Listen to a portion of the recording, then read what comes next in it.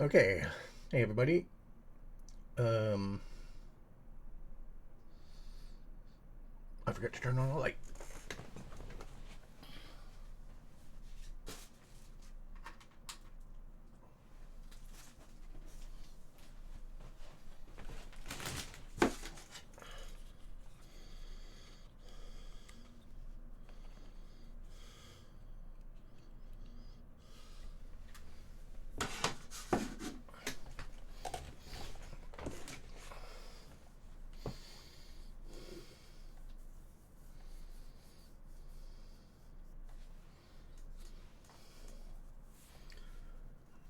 What's the story about the keyboard on the wall behind you?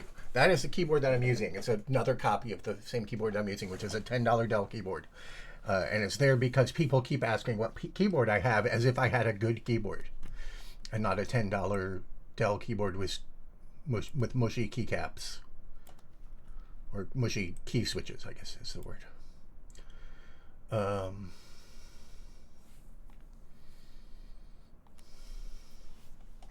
And so I have it on the wall to show to people who ask that question. But now I get people asking the question, why is there a keyboard on the wall? Can't win. Not a criticism. Don't apologize for asking. So I was just trying to add a little debugging to the terrain LOD.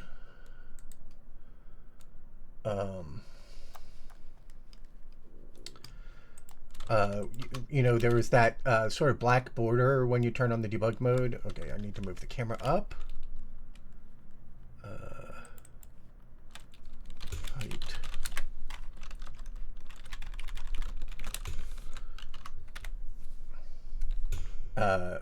Which was being done by contracting the vertices, but contracting the vertices also messes with the collapse, which is bad. So I got rid of the collapsing the vertices.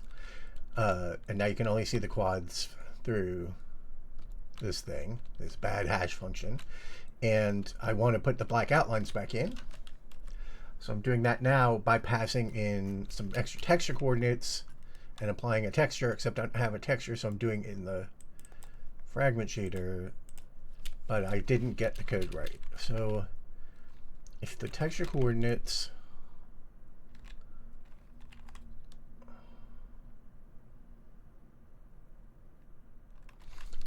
I don't know why that doesn't work. Let's do this, see if it makes any difference. Border dot r equals gl tech chord 2 s border dot b equals gl tech chord 2 t.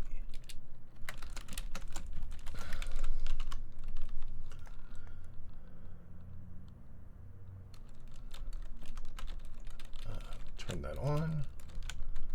No, it seems like that's just not on. Debug greater than 0, because that's not actually a Boolean. But I don't think that'll matter. Okay, so it just seems like this data isn't coming through. So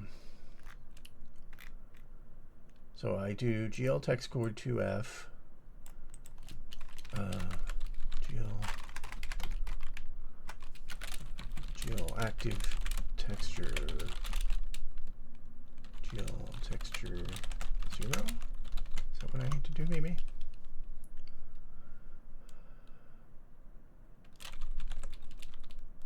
No.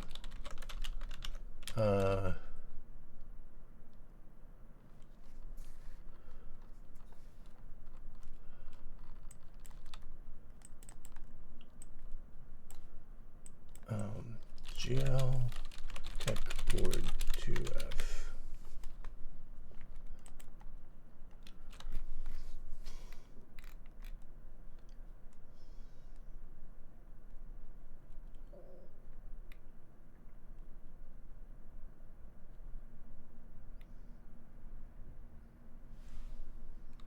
Is it not GL active texture? Active texture. No, that affects texture state calls. Does that include GL vertex? Maybe not. How do you control which? I know there's also a multi-text function, but GL text chord, how to choose which texture unit. GL active texture, I think. Or is it client active texture? Do I even define that? I do.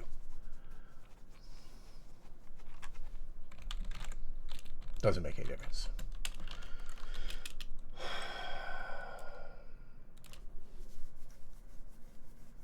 Yeah, you watch the previous stream to see the fix for the border stuff. Am I overwriting that in here? Oh, I am. Oh, right. I'm using collapse flag for that. I forgot. Okay, so that we gotta use multi-text chord.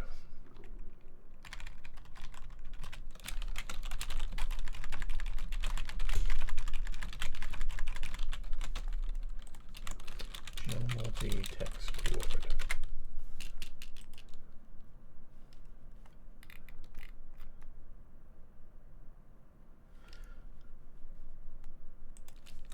GL texture 1.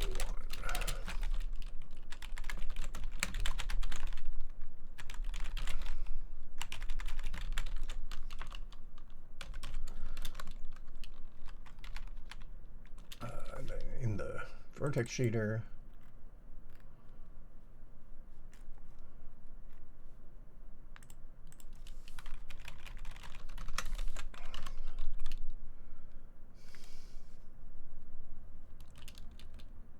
do you tie the texture coordinates to the world coordinates so when you clip the regions, the coordinates stay consistent? Yes.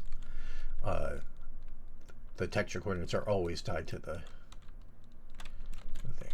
Okay. Well, now it ought to be passing them through. What am I missing? What am I missing? It is the eternal.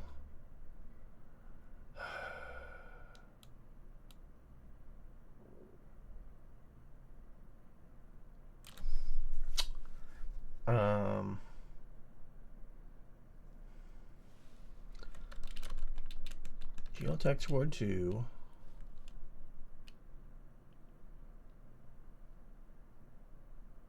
That's in the fragment shader. So then the vertex shader, GL text chord 2, gets multi-text chord 1. Okay, let's just do vpos dot xy. Just do frac of vpos dot xy. No, that's not going to work. Over 2. Just to see if this data is coming through at all. Fract.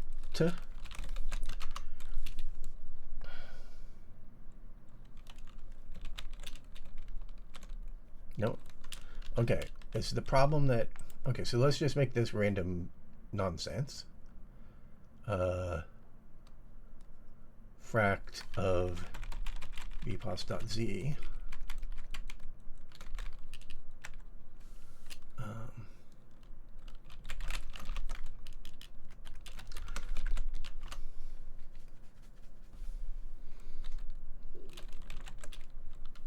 No, it does not seem to be using that at all. At 200.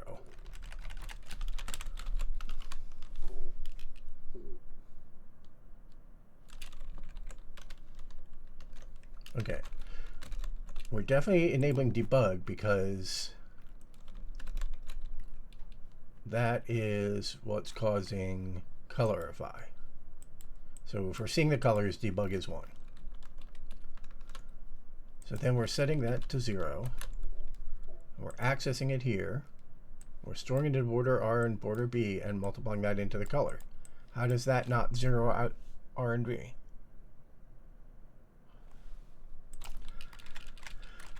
Okay, is it the multiplication that's wrong, or the reading from the texture that's wrong? It's the multiplication that's wrong.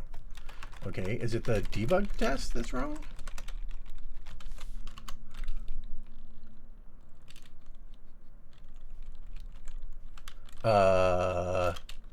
Am I editing the wrong shader?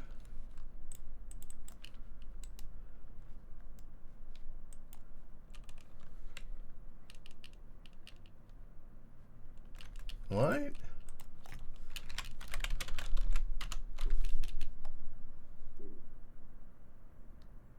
What? What?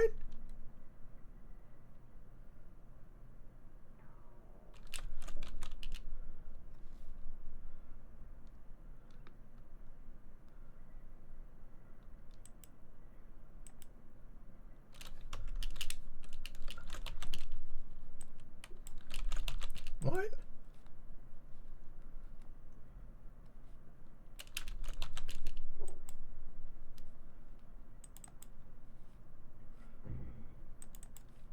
Am I loading a different shader? Ground frag.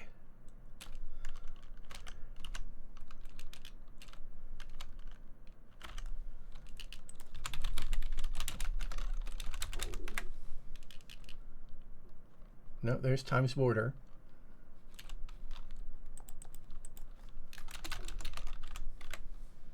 There's XXX. Okay, XXX is definitely in there. Is that somehow syntactically valid? What's going on?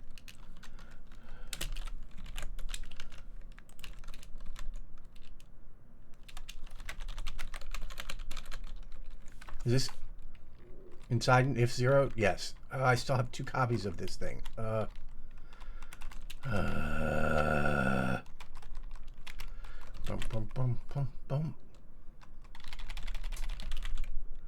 now you saw how I debug a shader thing. For those who were wondering about that. Why do I have 2 copies of this in here? Weird.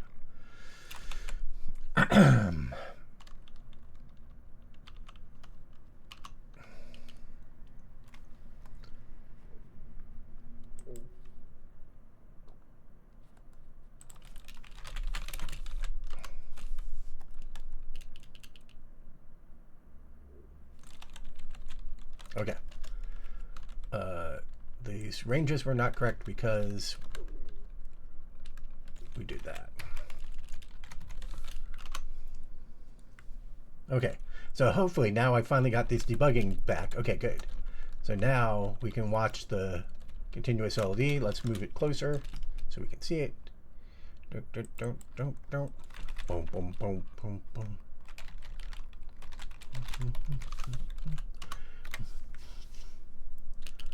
What is the goal of this project? We are making, it's just barely hidden here. It's over on this right thing here. All in GPU open world terrain engine right here. Okay, so now we can see it working.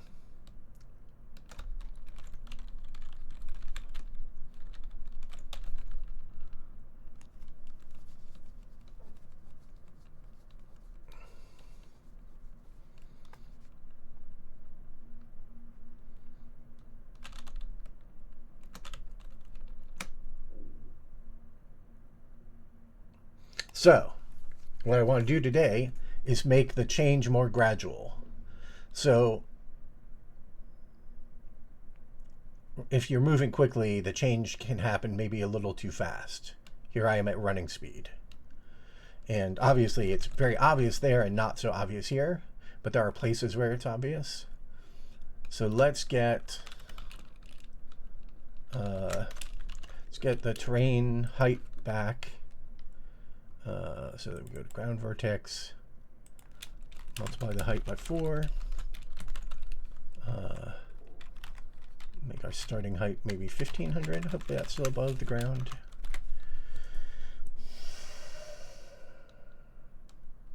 That's maybe too high, or too amplified. What? What am I looking at? Why does this... Oh, because the lighting doesn't match. Yeah, that's maybe a little too scales vertically. I thought I only multiplied by 4. How did that change so much?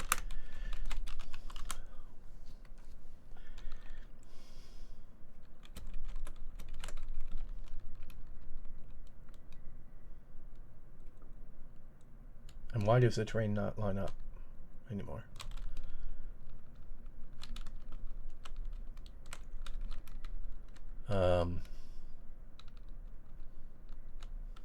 Oh, right, because I'm shrinking the map. Yeah.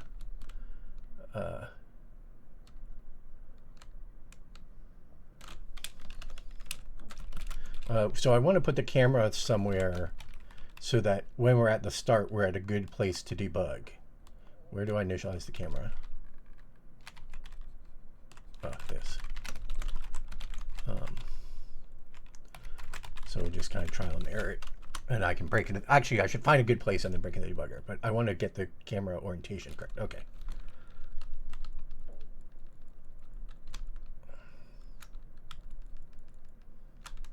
Oh, geez. Everywhere I go. I guess just the starting point and turn right is fine.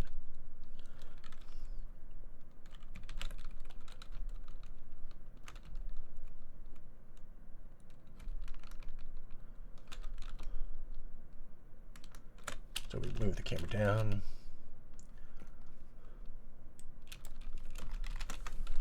Okay. So I think now we can start looking at doing this thing. So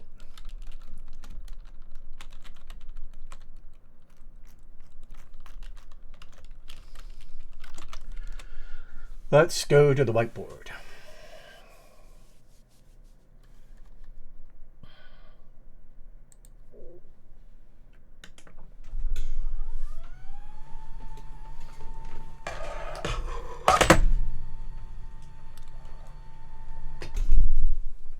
Am I still audible? Because some stuff moved around on my desk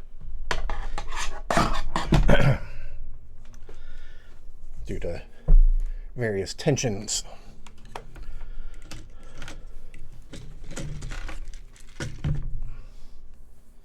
Yes, I look like I'm still audible. And people say I am. Good. All right.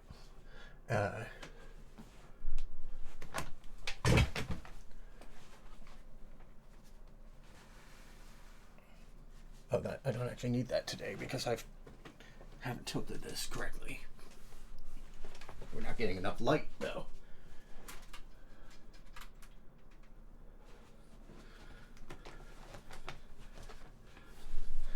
And I need this.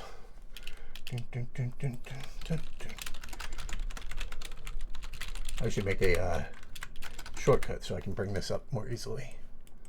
Okay, there. All right. So what happens is, for each level of detail, we have an outer ring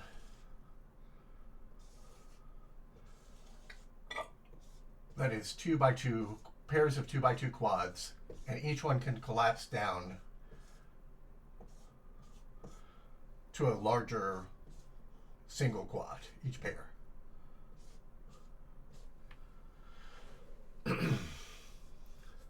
And so what happens is, when the camera moves by 2 quads, if the camera moves this way by 2 quads, then all of these collapse down to a single big quad and then transition and become part of the next outer thing. So if we want it to take longer, what we need to do is make it so that when we move by 4 quads is how long it'll take that to collapse. But if we're moving by 4 quads, what has to actually happen is this one has to start to collapse. And then the same space becomes that one, and then that one finishes collapsing. So what happens is, in the old system, all of these collapsed. If we only talk about moving by 2 quads total, then all of these collapsed 100% in the old scheme. In this new scheme, this needs to collapse. They went from 0 to 0.1 to 1, 0 to 100%. Let's use percentages. The collapse went from 0% to 100% when you moved by this distance. So in this scheme, what needs to happen is from when we move, this one needs to go from 0% to 50%, and this one needs to go from 50% to 100%. And so when we move by 2, this thing will collapse partway. So this vertex will end up here, this vertex will end up here, this vertex will end up here, this vertex will end up here. And then when we shift, we'll reset our expected amount to 0, but this one defaults to 50%. So in other words, basically as t goes from 0 to 1 here, this row, I use LERP backwards from everybody else. So this one goes from 0.5 to 1, and this row goes from 0 to 0.5. That's the plan. See what people said. Nobody said anything. Okay. Oops. Don't dock my Steam chat. Stop docking my Steam chat. That's the plan. I'm going to go back to the other mode, so you hopefully understood it.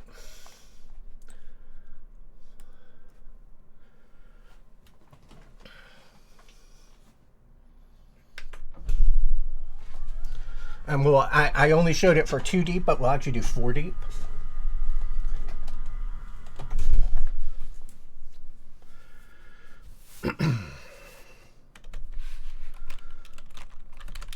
Just arbitrarily, I'm going to guess that 4 is a good number to do.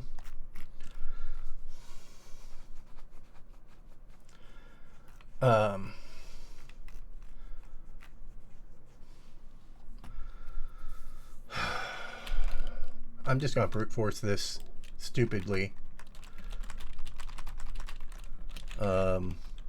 Let's only do 2, just because this will be too much work to brute force. Well, I guess, no, let's go ahead and do it.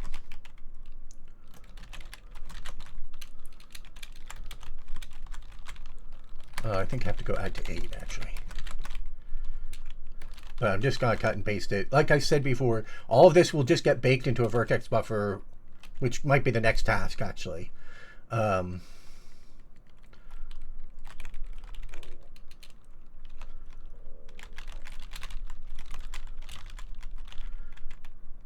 So it doesn't matter that it doesn't matter how this code looks, because it will just get baked into the thing. It will be slower in this build because it's doing it in this dumb way. Okay. Don't see code. Yep, thank you.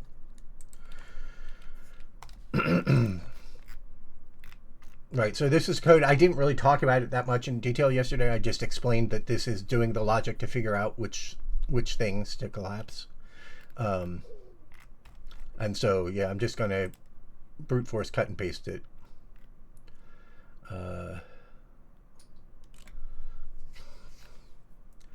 So then int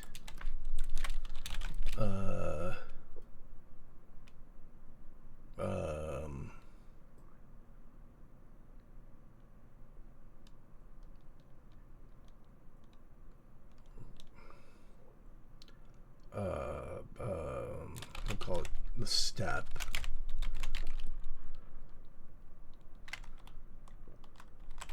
So this is step 3. Step 3. Oops.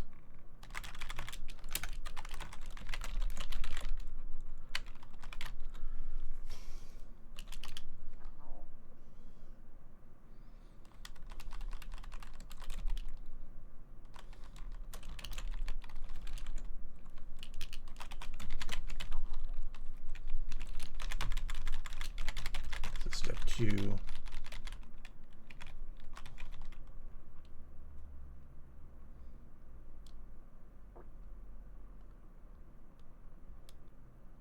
this used to be 1, so this becomes 3 and 4.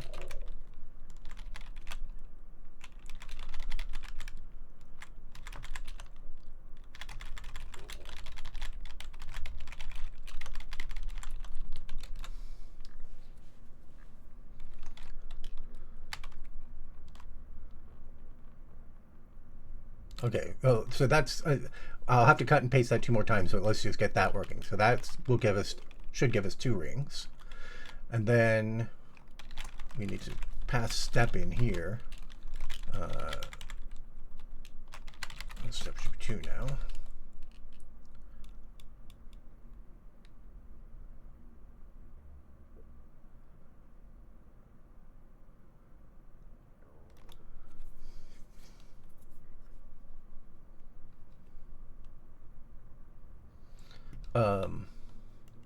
And then in the vertex shader,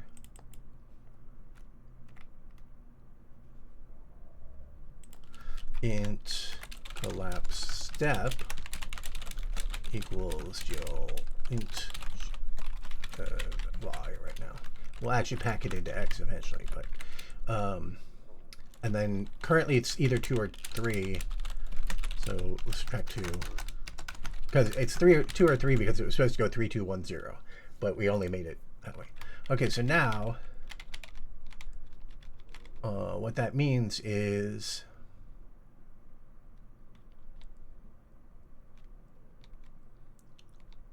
where is the continuous? Where's the continuous one used? Collapse. So then collapse, we now do that lerp that I just described. Yep. Is lerp of collapse step plus 1 over 2.0 over 2.0. And that might be all it takes. If we're lucky. I'm sure I have a bug. Yep, I have a bug. Look at all the gaps.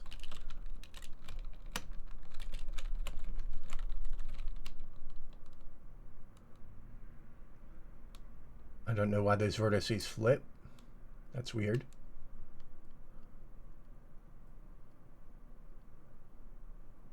It is moving. It is taking twice as long to move. It's just no longer.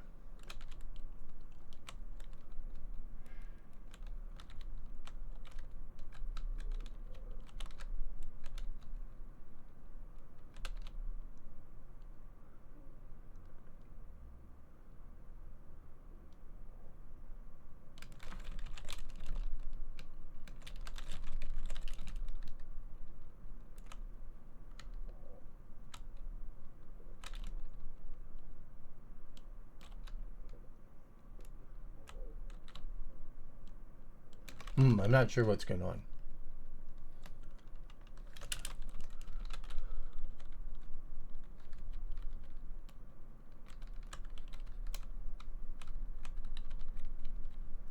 Why does it finish collapsing?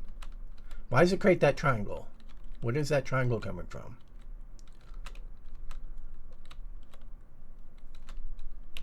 Why does that?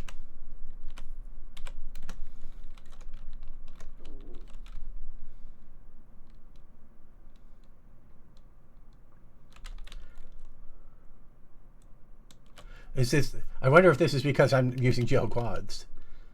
As we discussed yesterday, is causing that to flip.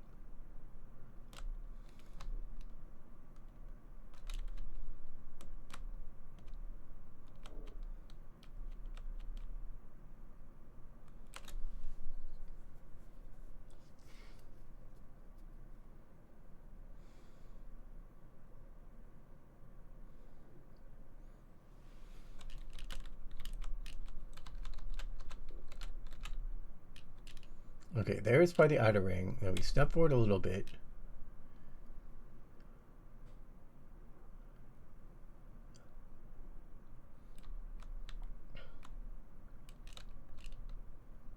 Maybe that's correct. And the issue is just why we get the gaps.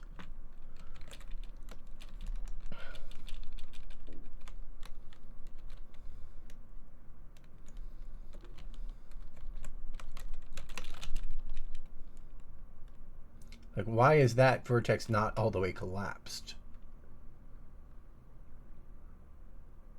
Because that's in the outer ring, and the outer ring is supposed to be hard-coded to always collapse 100%. But for some reason, the outer ring is not collapsed 100%. And that's, well, maybe that's normal. So it's something we're doing in here breaking the outer ring. Oh, because we are still assigning step. Right, we need to... This needs to say that it is step... Right. The outer ring needs special handling. So let's say it's step 4.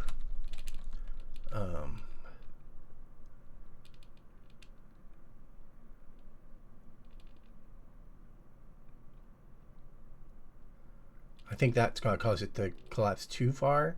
So we kind of just want it as a flag. So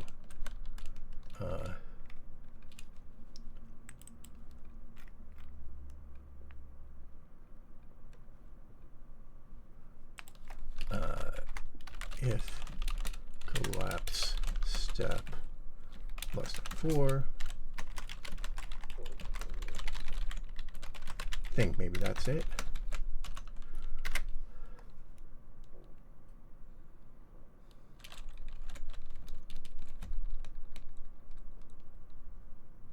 Yeah, so this looks about the same as it did before, but the collapses are taking twice as long.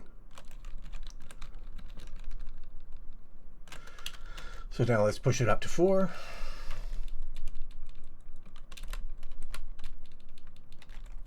And let's push this out a little bit.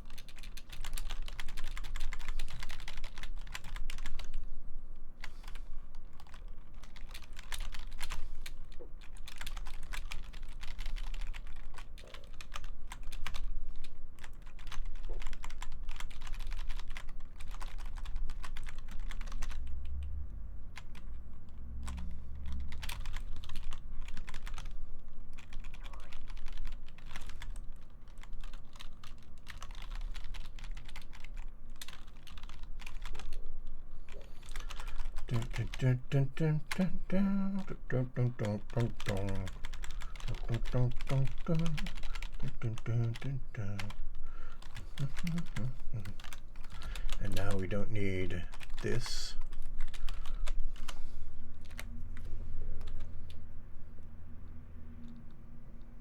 Collapsing the vertices on the smaller quad to match large one, yes. That's not quite right. There's some Z fighting there. So I just cut and paste bug, I'm sure. 7777888888 00112233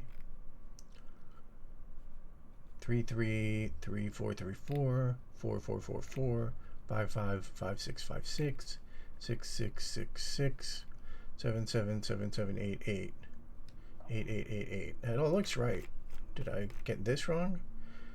1 2 3 4 5 6 7 8 1 2 3 4 5 6 7 8.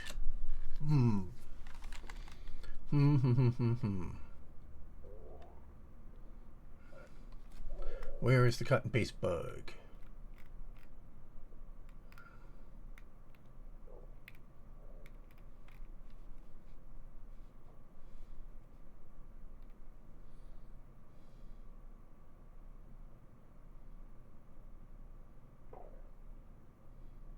You don't really want to do blending. That introduces a bunch of extra problems.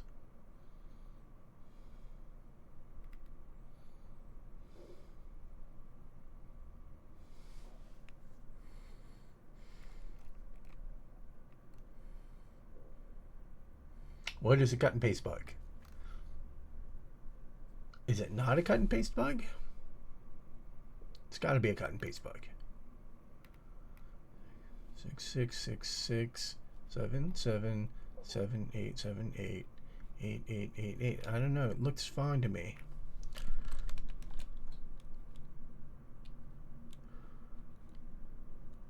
Maybe I have to actually stare at it and see what's actually. Oh, these need to be 4 now. That's why. There we go. Okay. Yep. So now they move much more gradually, right? They move over the space of 4. You have to move by 4 things for them to morph. So hopefully that will result in those cliffs being a lot less horrid looking. I still saw the motion here. These cliffs you can still see moving, but I am zooming at a crazy speed. So let's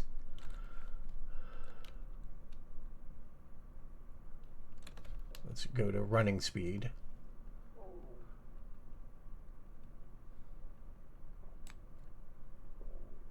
Yeah, no, you still, it looks like you're, no matter how much I do this, you're still going to be able to see it on, it's not as obvious without the zoom, but with the zoom, it's super obvious. You probably can't run and zoom at the same time, so that's actually, if I go to a walk speed,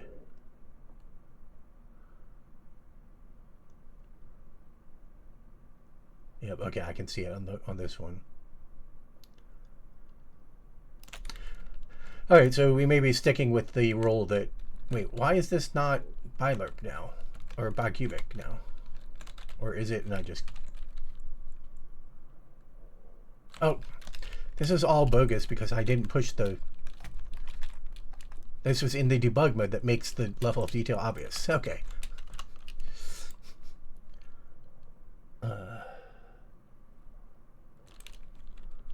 Was there a bug with an 8y in there that shouldn't be 8y? I don't think so because I only changed the 8. I didn't change the xy's.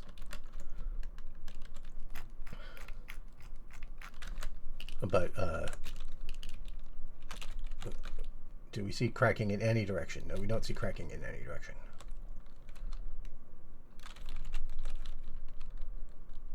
So, okay, there's some steep stuff up there. So let's get down to ground level. All right, it's time to do that thing I was talking about. We're going to say main. We're going to go to vertex, and we're going to find the cubic code.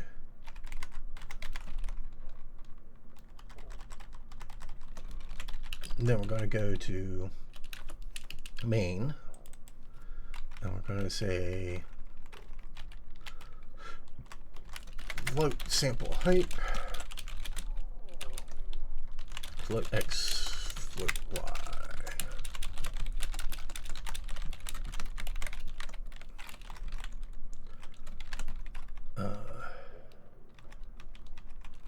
We need to have access to the map. Yep, we do.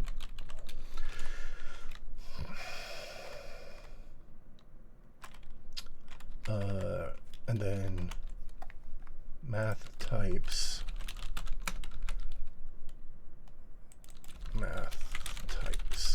I never use these, so I don't know what they are. Vec2.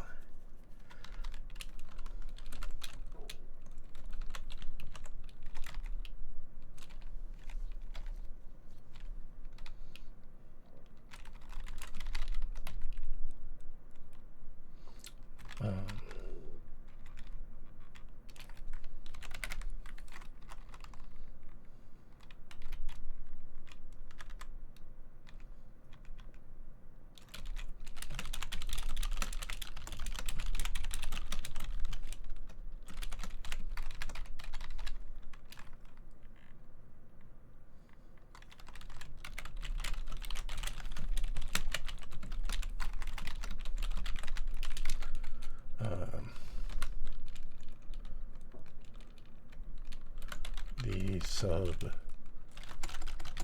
sub 3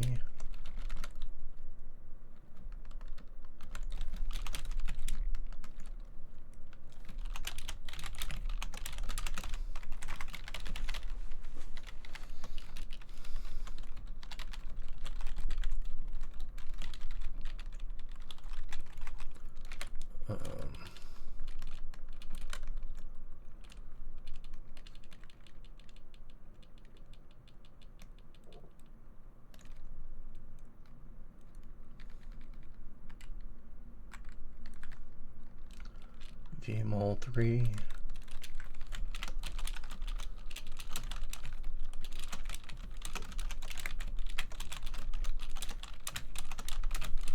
Now, have I actually implemented these functions? I'm not positive. Or have I written the prototypes but not actually coded them?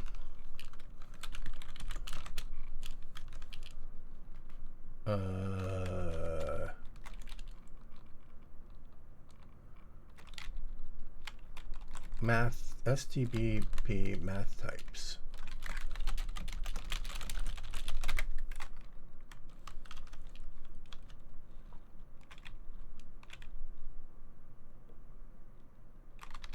How is that not working? What?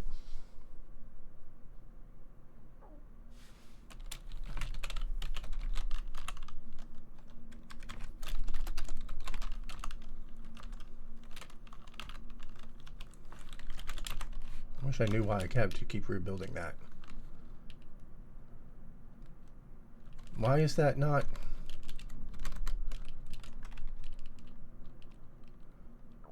I don't know. Well, we're not going to use the math types then. I don't know why they're not working. I don't hardly ever use them. Because I usually just use this version of it. Float point to. It was just because this they were adapting from code that was using the same name, so I was hoping I could just do that. Float F2 float.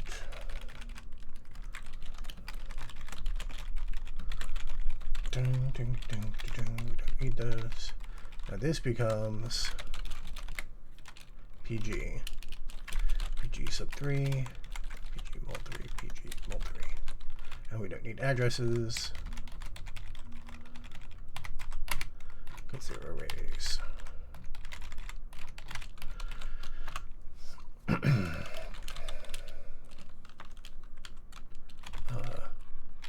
Still need math though. Do I have precompiled header files on or something? Where is that? Project settings. Did I forget to turn that off? I don't even know where that is.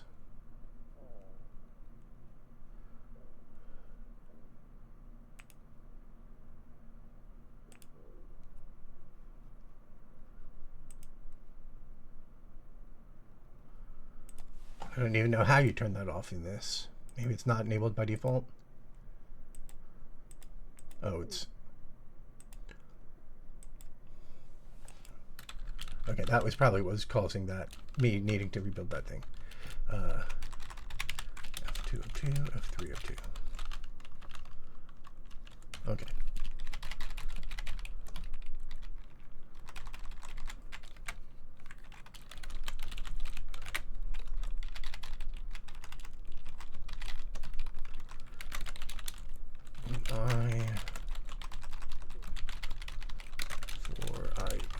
I less 2. Just going through the X and Y coordinates.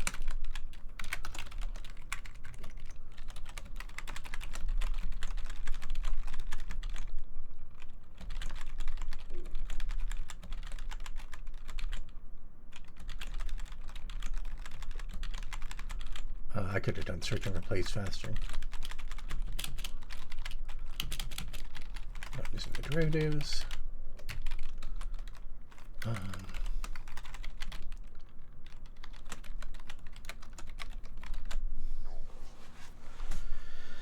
So this is map float scale equals what is, how are we scaling this?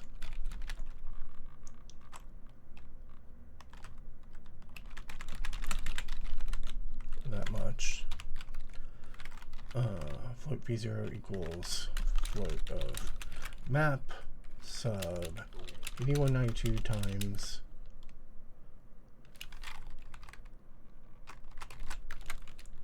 int ip of 2 equals int pos of 0, int pos of 1. This isn't actually legal C, doing dynamic stuff inside a initializer, but if I recall correctly, yeah, it's totally supported here. So map of A192 times, let's just put these actually not in anything anyway. X equals int pos 0, py equals int pos 1. So this is py minus 1 plus px minus 1.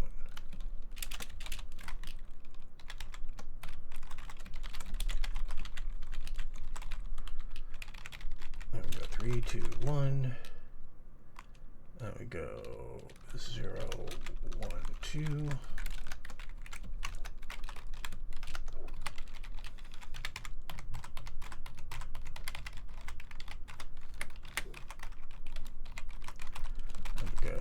Boom, boom, boom, boom.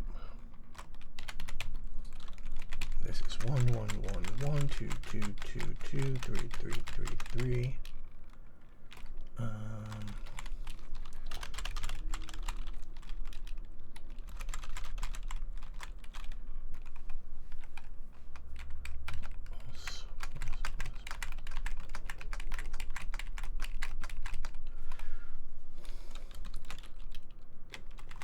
We're sampling all the heights, and then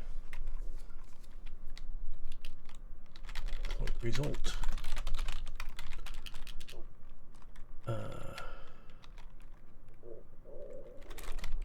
We say result.z just becomes result.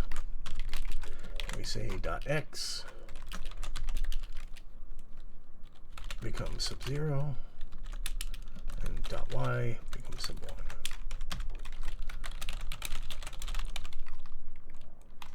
So I think that will work.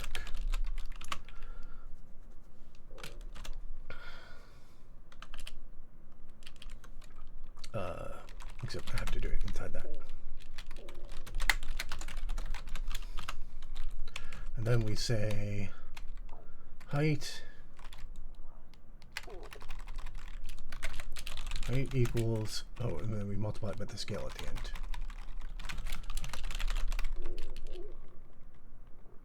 Which I'm putting inside the curly brace.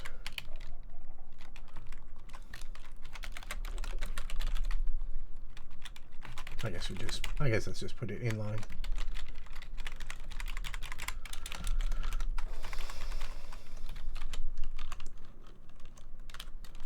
Height equals, what was that function called? Sample height. Sample height of x comma y plus 163 centimeters.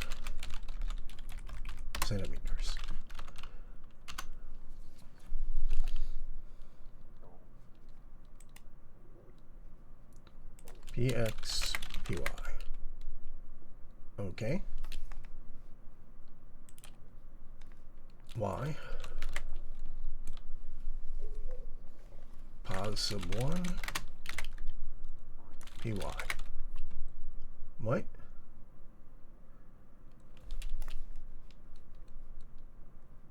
We're overwriting memory somewhere. Did we go sub 2 somewhere? This goes 0 and 1 and not 2. It does not write to sub 2. Oh, these are 2's.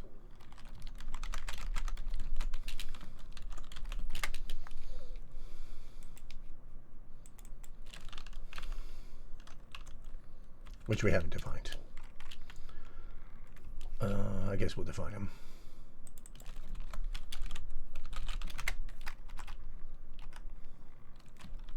I guess we won't define them because we'd have to do everything.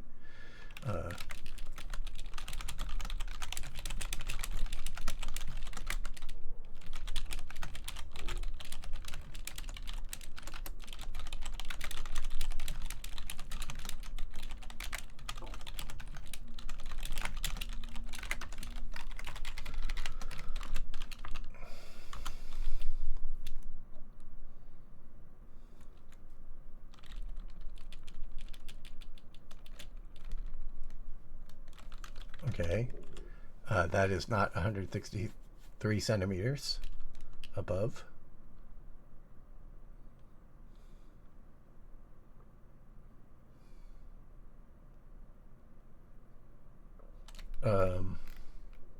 But I was following the terrain, just not at the right altitude.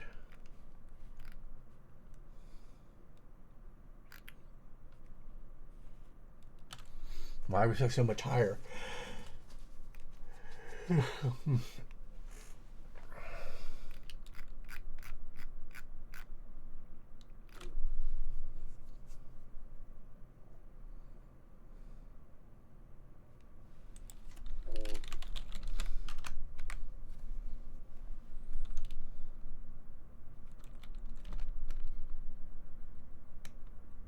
Oh no, it is in the wrong place. It's following some other terrain in some other place. My X and Y are offset somehow.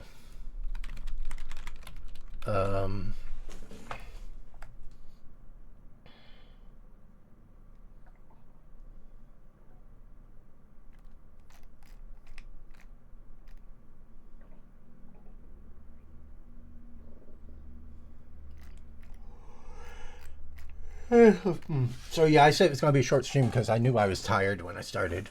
I probably am going to need to take a nap.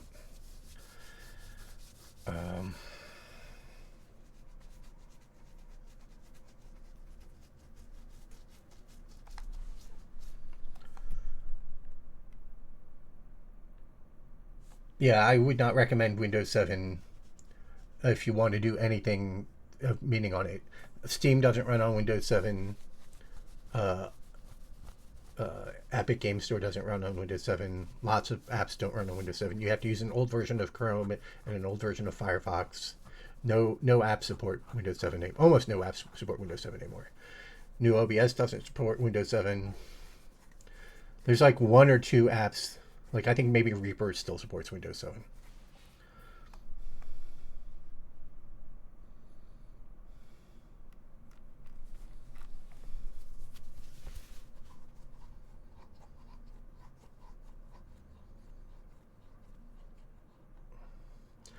Now that smooth transitions are done, what's next? I don't see any info about this stream's goal. Yeah, so a next thing to do is to put this data into vertex buffers.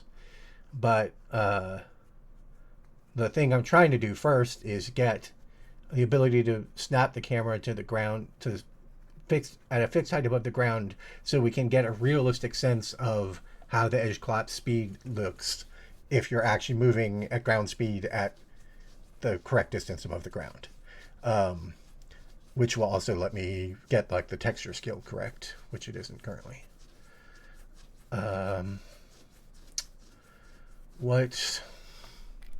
What would be going wrong here?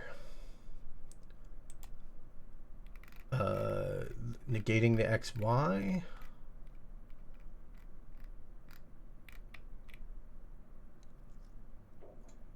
Are we scaling the XY before sampling in the shader? We are scaling. That's what's missing.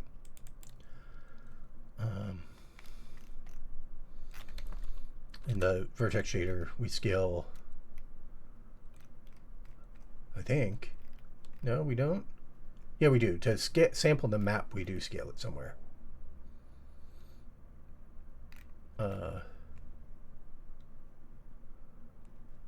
This is old code that we're not using anymore.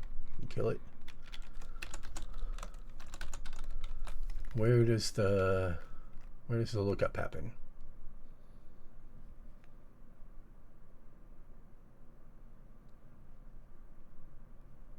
Height sample time scale. Here it is. Where's that scale set?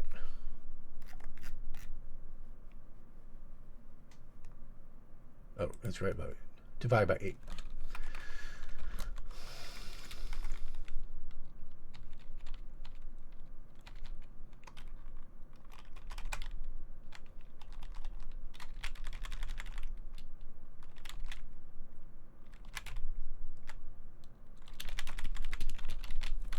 So x equals rx over 8, y equals ry over 8.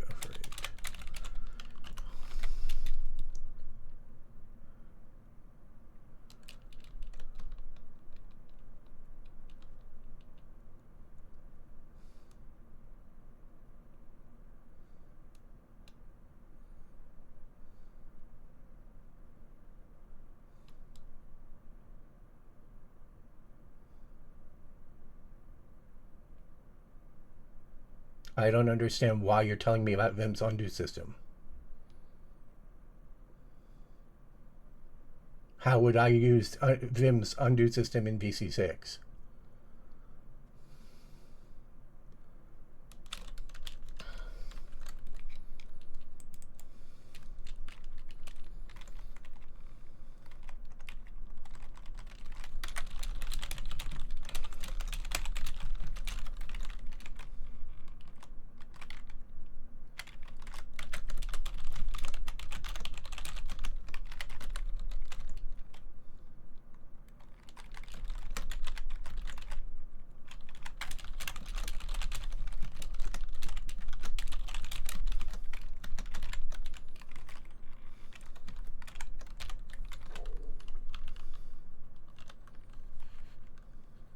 No, VC6 doesn't support that kind of plugin.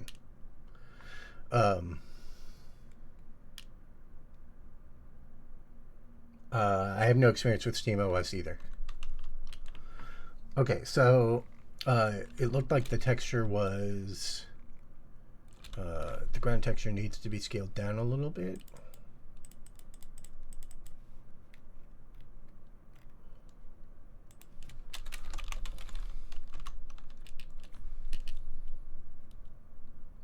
No, that's the wrong direction. That way.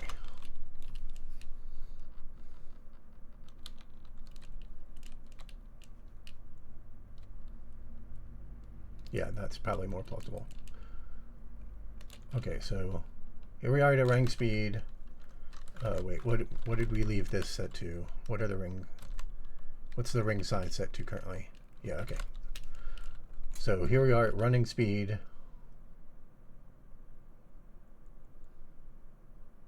I'm just trying to see if I see. Let me do this. There we go. Trying to see if I see the terrain morph at all. Yeah, I think I saw something here.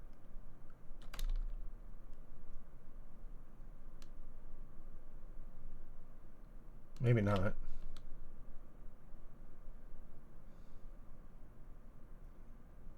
Maybe that was just the camera moving up and down there.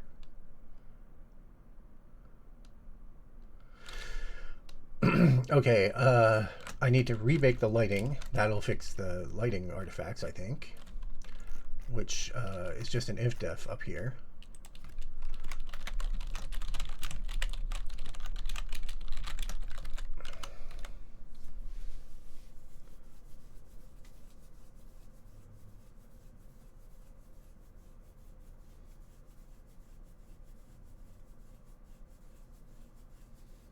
Oh, whoops.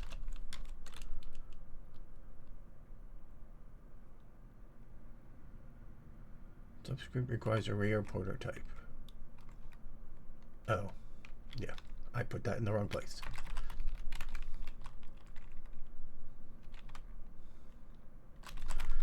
The thing is, because on load, I'm perturbing the map right here. I'm resampling part of the map. So I need to have the lighting match that. Delete the wrong line.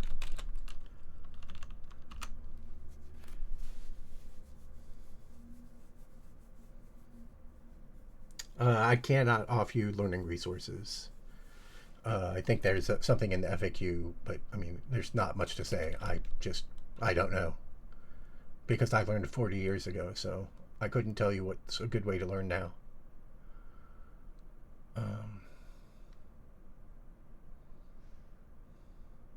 This lighting does not look like it matches.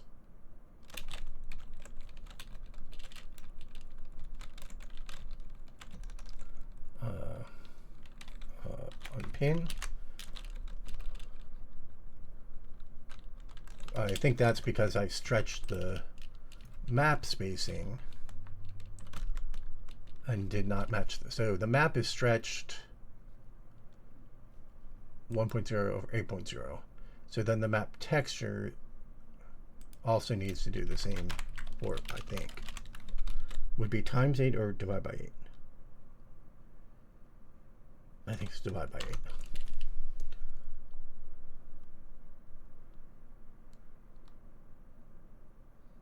Oh, it's rebaking because I forgot to disable the bake. Unpin.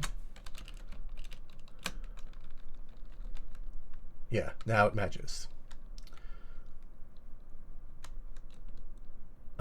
Except at the edge of the map where it wraps.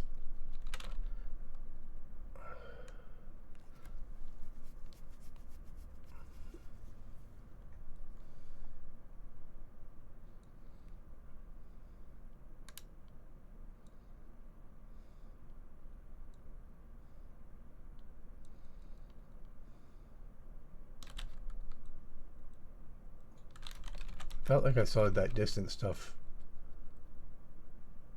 Well, I am going super fast. That's just the far living plane.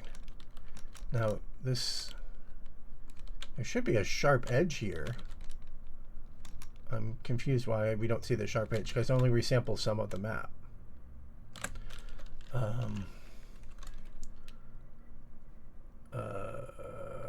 Main move speed.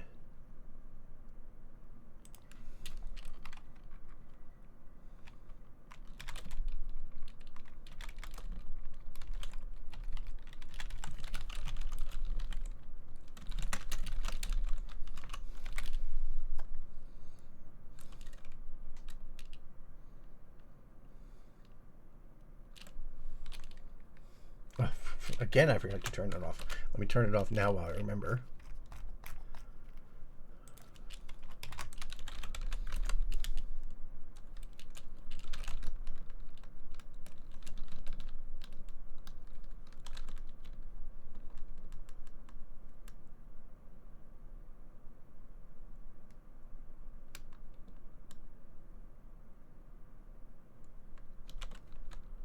I'm so confused. Why?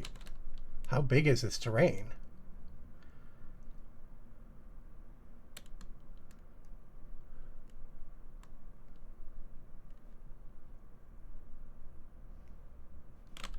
Okay, that's the edge of where I resampled it to.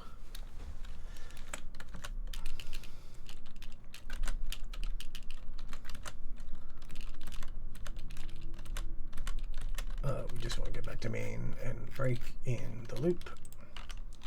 Look at what X and Y are. Okay, so we're at 16 kilometers is where that happens. So 32. I think currently it's actually being scaled to be 64 kilometers large. Oh yeah, I know why that's true. Okay.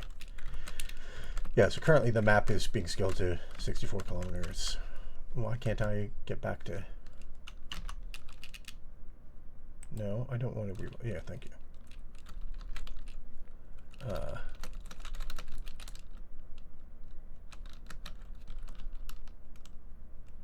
Which makes this more like a river than or a huge river than what it used to be.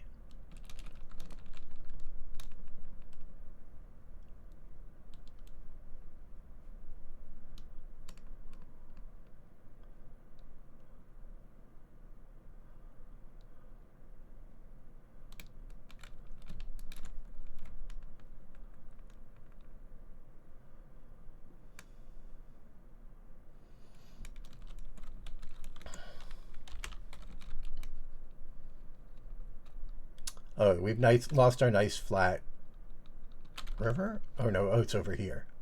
Okay, I see.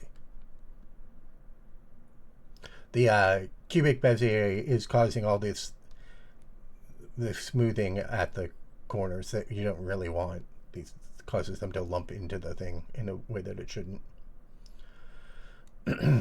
Although that is something else.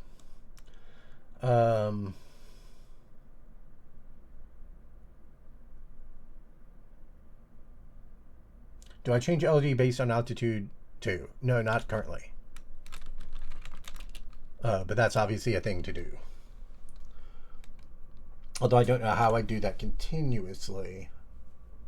I guess I know how I do that continuously. So that's a thing to implement. But only if we like implement flying. Like if the only way it can be high is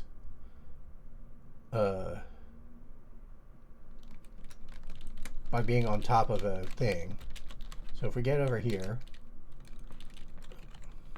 we go up to the edge, and we look down, all of this stuff below us is being drawn with too much detail, but it doesn't matter. It doesn't hurt.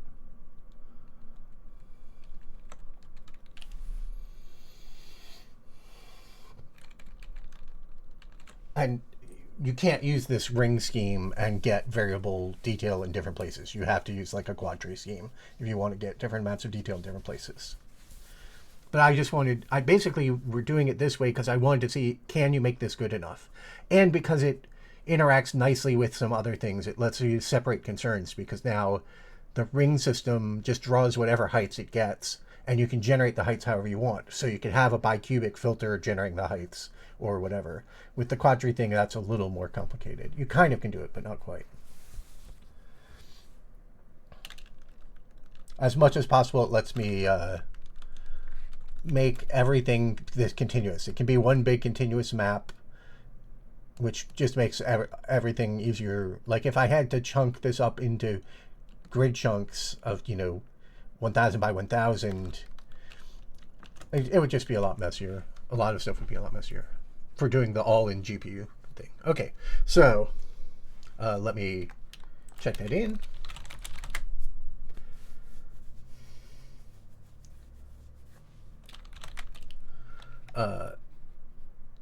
So now that I've done all that, I just wanted to say, how does this look for the morphing at walk speed? So if I do this so we can actually see where it's happening, like, okay, you can see it happening up there. So now let's move back again, turn that off and run forward. Yeah, it's impossible to see.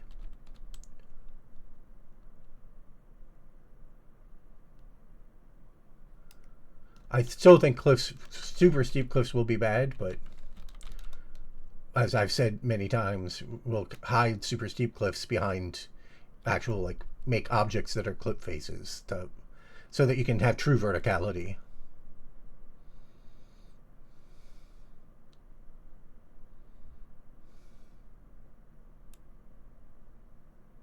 Yeah, it's clip map, like, it's a clip map of the vertices, essentially. With edge collapses to transit, with continuous edge collapses to hide the transitions.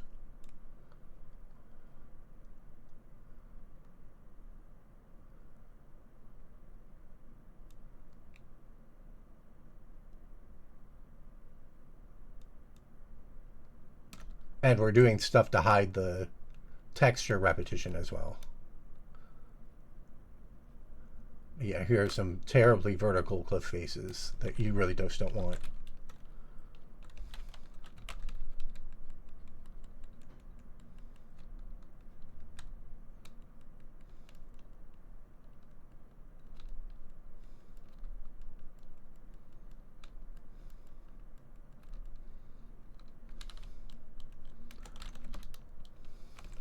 So let's look at that hill.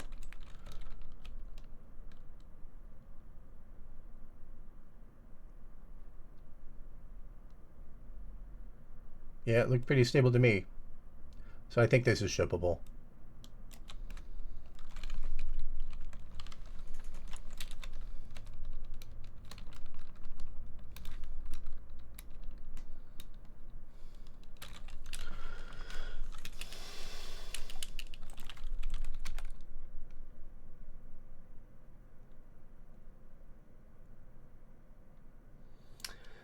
So now what I want to do is, I mentioned that what we want the lighting to do is we want it to be fixed and match the physical. We want it to be fixed on the ground regardless of where the vertices are. So you really want to do the lighting in texture space. And so really what you want is for the fragment shaders to, you don't want to get vertex normals and interpolate them. You want the fragment shaders to figure out their normals themselves. So my whole thought that, oh, I can use the bicubic derivatives to compute the normals is not particularly useful for the shippable continuous level of detail, no visible popping. However, we are also going to make an editor where we grab these chunks of height fields that are from the real world and move them around, rotate them, and mush them together. And while we're doing that, we're not going to bake the lighting. We're going to compute the lighting at the vertices, etc. So what we're going to do now, well, what we're going to do next, this is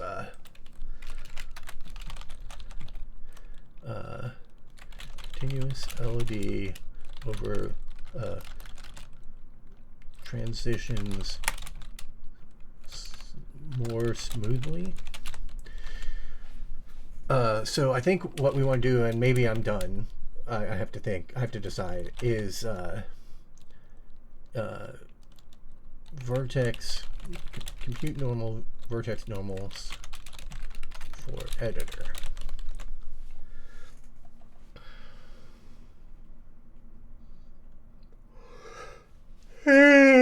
See, all right. So yeah, I think we're going to wrap up in a moment. So I think I'm done programming. So now we can chat a little bit.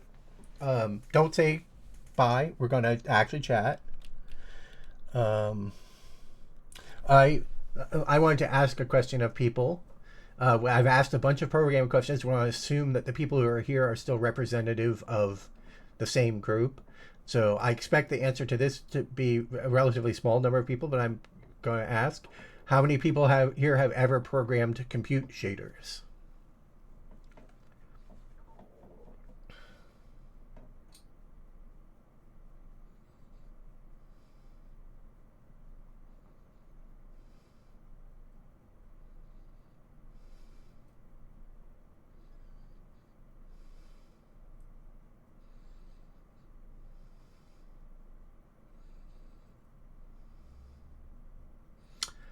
Even fucking around counts. Like, as long as you got it to work. As long as it, like, not just compiled, but actually successfully did something.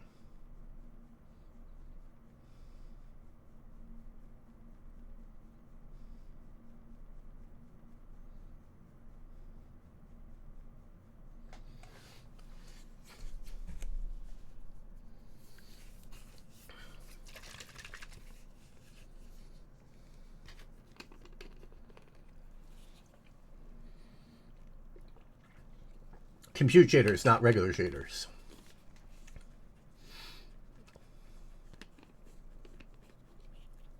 I did not expect the answer to be so large. So, there you go.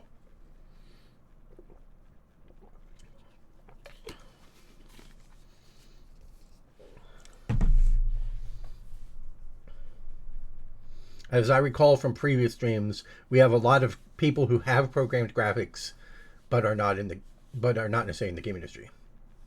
What is a compute shader? So if you are a programmer who does graphics, then you know there are multiple kinds of shaders.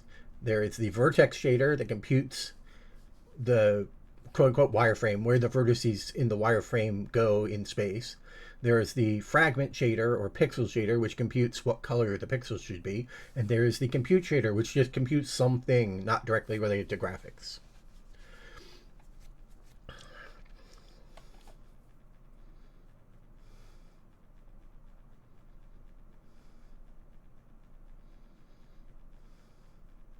This project does not do compute shaders, but Voxel Fridays is compute shaders based.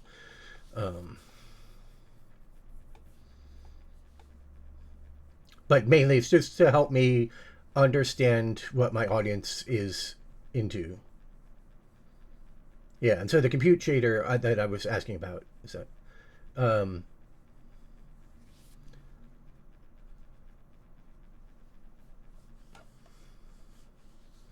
so Dev 343, there's a middle ground, really. There's a middle ground, which is that you put pound defines in your monolithic shader and instantiate it multiple times with simplified variations based on the if-defs on the pound defines, which is, you can think of as multiple medium-sized shaders or something. But you can also think of it as a single large monolithic shader with some things turned off at compile time. And as someone said, the answer is registers. The large monolithic shader is going to use more registers, and the way the GPU works, that's going to be less efficient on the GPU. However, changing shaders frequently is also inefficient. So it's all a weird, messy compromise. And even to explain that, registers, right, the more complicated, GPUs generally do not spill to memory. On CPUs, we have a fixed number of registers, and when you don't have enough registers to store all of the active state in a function, you spill it to memory. You store it out to RAM and then load it back. And it goes through caches and it's all fine. In general, GPUs try to avoid spilling to memory. But instead, each core has a large number of registers, like 256 or 1,000. And dynamically, based on the shader, it lets it use as many registers as it needs. So if it's got 1,000 registers and your shader needs 100 registers, you can run 10 threads, hyperthreads, at once. You can have 10 hyperthreads represented across those 1,000 registers. I think it's 256 is actually the number.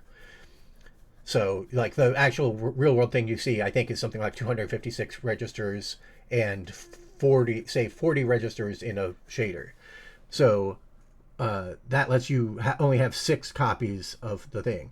And you need the hyperthreads because they hide memory latency. So when a hyperthread is running and it accesses memory, it stops and a different hyperthread starts running. And so you want as many hyperthreads running as possible to help you hide the memory latency. And you get more hyperthreads when you use fewer registers, because that fixed pool of 256 registers can get split across more hyperthreads. Are geometry shaders still a thing, and tessellation shaders? They exist, but they are widely recommended not to use geometry shaders.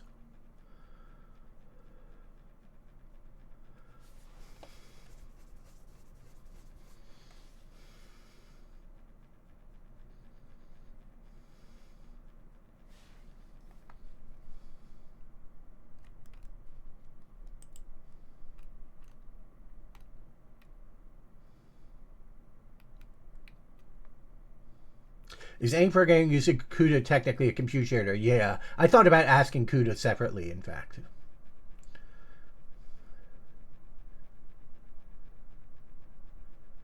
And a shader is one way of doing that to offload computation there as opposed to CPU.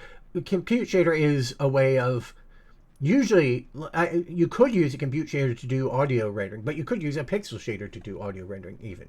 Really, a compute shader is just a way of running a shader that doesn't have a dedicated output of either vertex data or rendering data. But you can repurpose rendering data, like, so the classic thing is that you can use the normal fragment shading pipeline to generate shadow maps, shadow depth buffer.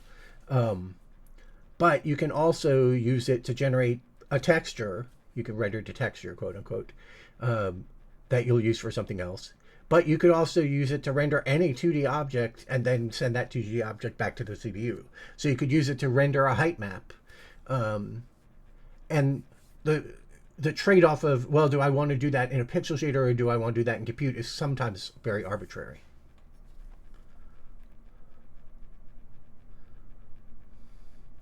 Tutorial of paralleling on GPU, was it shader? I don't understand that question.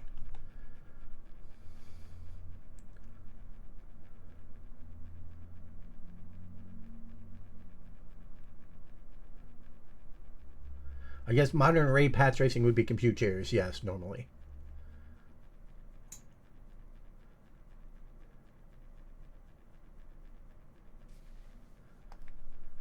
When do shaders actually get compiled? In OpenGL, well, it's up to the driver. So they may get compiled the moment you ask it to compile them. but they may only get partially compiled and then get finally compiled depending on the rest of the pipeline state. The drivers will sometimes behind your back secretly cache them to disk and load them. There's all sorts. It's just a mess. You don't know. In OpenGL, you don't know.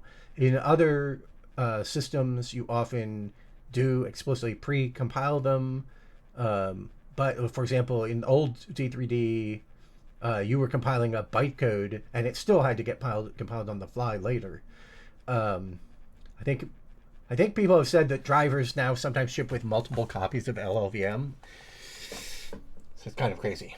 So I think the only time that the shaders get compiled fully offline is on consoles, because on the consoles you have dedicated hardware, you know exactly what it is, so you compile it offline.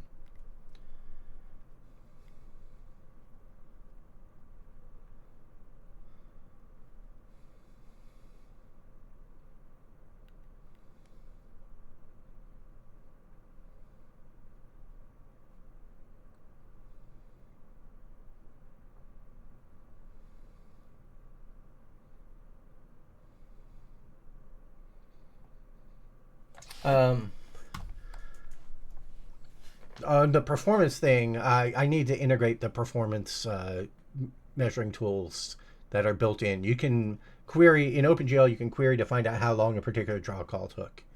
I assume in modern stuff there are better toolings available, but I don't know because I'm using OpenGL and I'm stuck in Windows 7, so no apps work. I can't use RenderDoc.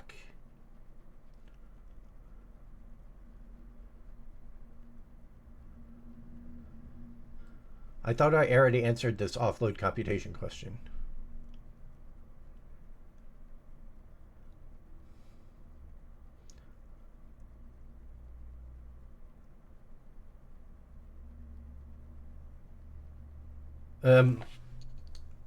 Let's not worry about the compute shader thing anymore. I just wanted to get a sense of how many people used compute shaders.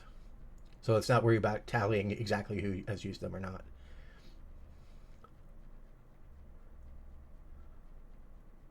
Regarding the collapsing ring, I've seen a different approach where the outer vertices of the ring get moved to match the sampling of the next LD ring. Isn't that what I'm doing? How is that different?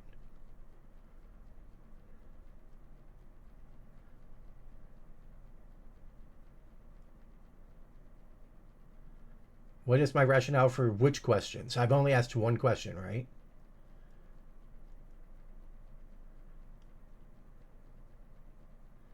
Right, I asked the GPU. Oh, you mean the GPU compute question that I asked, right?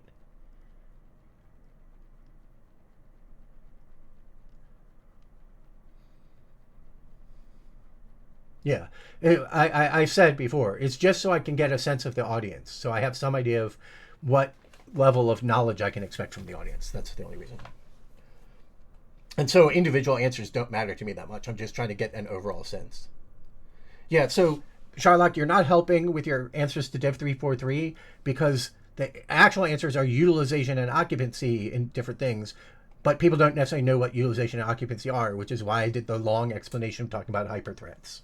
So Dev 343, the whole thing I said about hyperthreads, if you understood that, that's occupancy. So you don't have to worry about it.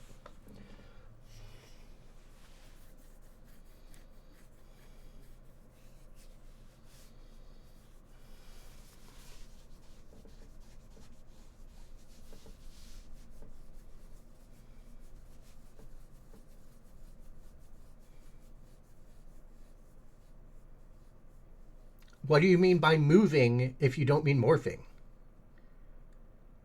What's the difference?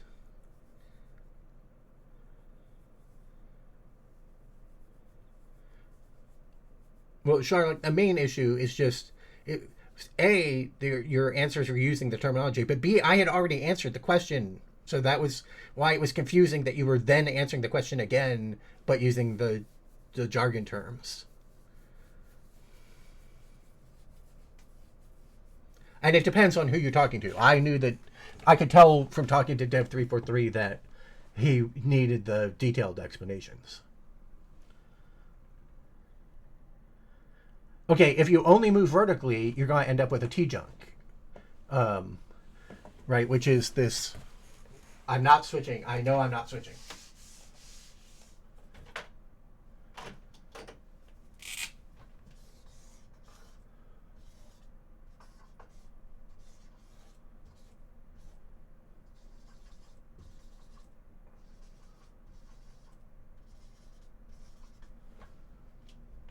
So these are the same vertices, the ones I connected with lines. Can you see that? Oh, I went almost off the top. You have, if you have a vertex in the middle on one side, but you don't have a matching vertex on the other side, that's called a T-junk, and it causes cracking.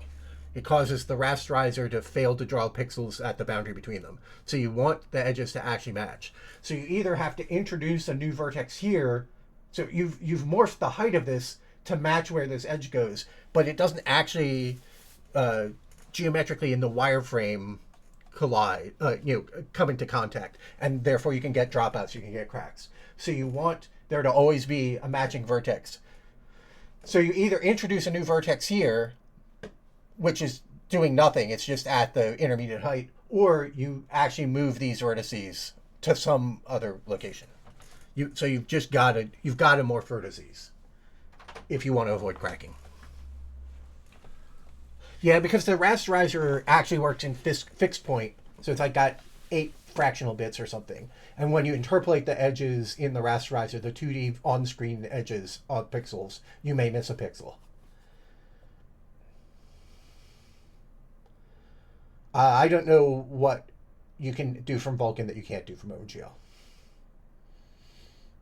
And if I sounded a little intense about the cracking thing, it's because this keeps coming up. I've mentioned this before. YouTube randos, people on YouTube who give graphics advice and act knowledgeable about graphics, but they aren't aware of things like cracking. And so they say, you can do this thing. And it's like, I guess you've never tried it because you can't do this thing. And because it's come up with voxels, people always want to merge voxel faces. And they don't seem aware of the fact that if you merge voxel faces, you get cracking. Unless you fix the T-junks. Let's actually do this. I will bring it on screen if it turns out to be useful. Quake T-junk. So I just searched for Quake T-junk, and it came back with T-junction. So T-junk is just a shorthand for it. And you can see around Quake is when we put together that T-junctions were an issue, and you needed to make sure you didn't have T-junctions.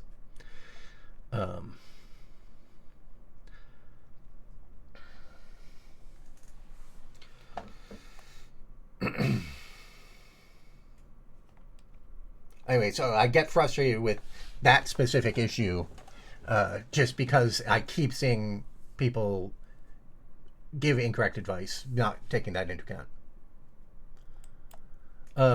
I clearly need to put more comments in this code because I keep getting comments on YouTube that there's no syntax highlighting.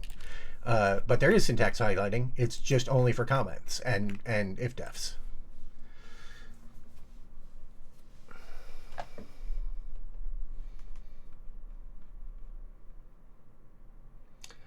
Z-buffer fighting happens whenever you draw the same pixel from multiple pieces of geometry at roughly the same depth. It's not floating point precision. It's just due to the fact that I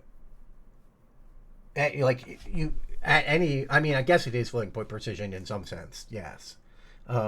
But often you're not even using floating point, you're using fixed point in the depth buffer. But it doesn't really matter which thing you use. If they're computing basically the exact same depth, then you'll get z-fighting as the bottom bits vary and etc. Did you ever meet John Carmack? Yes. I have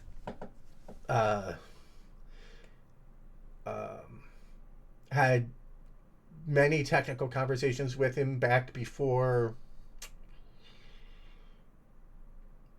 2005. I'm not sure when we stopped doing that. I am in the special thanks credits for Quake because I helped them out with the strategy that I use for texture mapping that I wrote up in the PC Game Programming Encyclopedia, which was different from how most people do it. Most people put texture coordinates at the corners of vertices, and I introduced this idea of having a texture space that's defined with vectors, and Quake ended up using that, and I helped them with the math for that.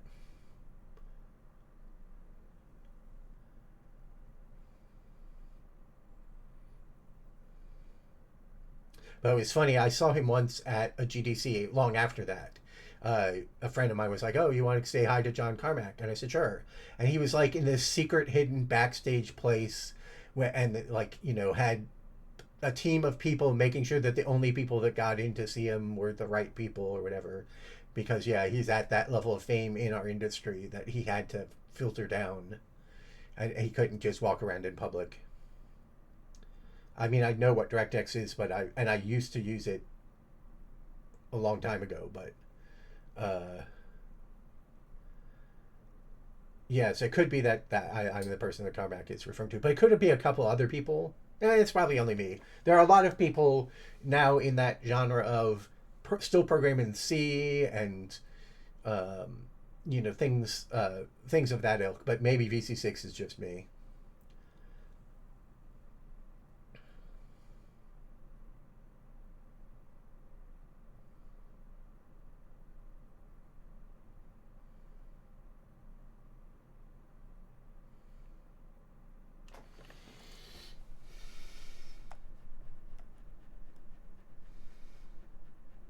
What's the Acme color scheme? The only thing improvement I know for color schemes is giving every identifier its own color, so that the color always matches with that identifier. That's the only improvement that I would like to try someday.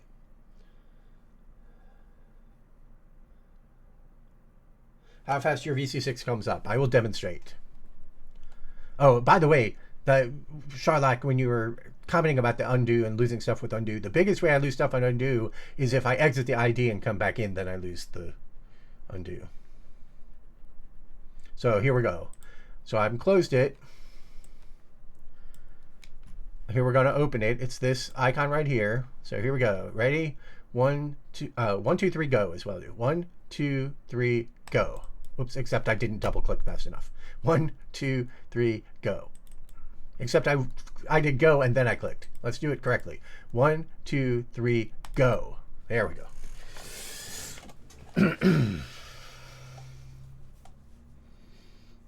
So, 100 milliseconds. Oh, enter would have been a smarter way to do it. Let's try it with enter. 1, 2, 3, go.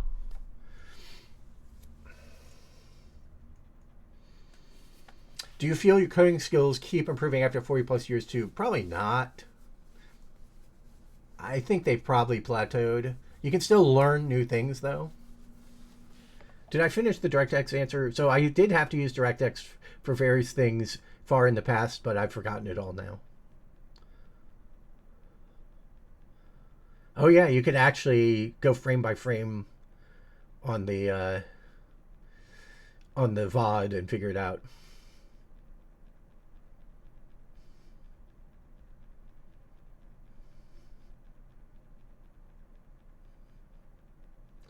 It launches before the double click is even complete. Well, probably the audio latency isn't quite the same. I think OpenGL is better for learning in general, but the hoops you have to jump through to use it these days may not make it actually worth it in practice. But I do think it's a better learning. Certainly better for learning than Vulkan. But maybe DX11 is fine. I don't actually know. It's an actual Windows 7 machine.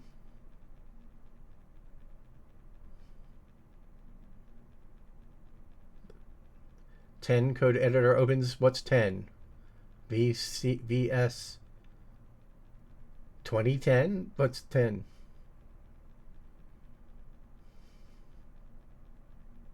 Oh, Windows 10. Oh, okay, 10X.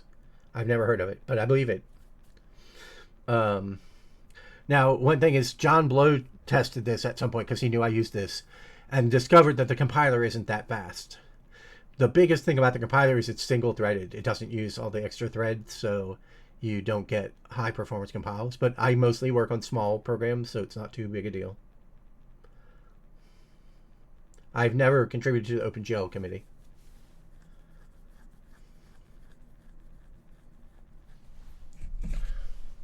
Or participated in it.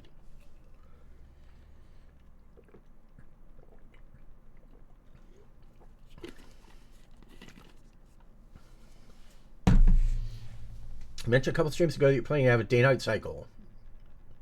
In order to accomplish that, will you dynamically light the terrain at runtime or make multiple streams? Yeah, it'll dynamically at runtime. I'll generate...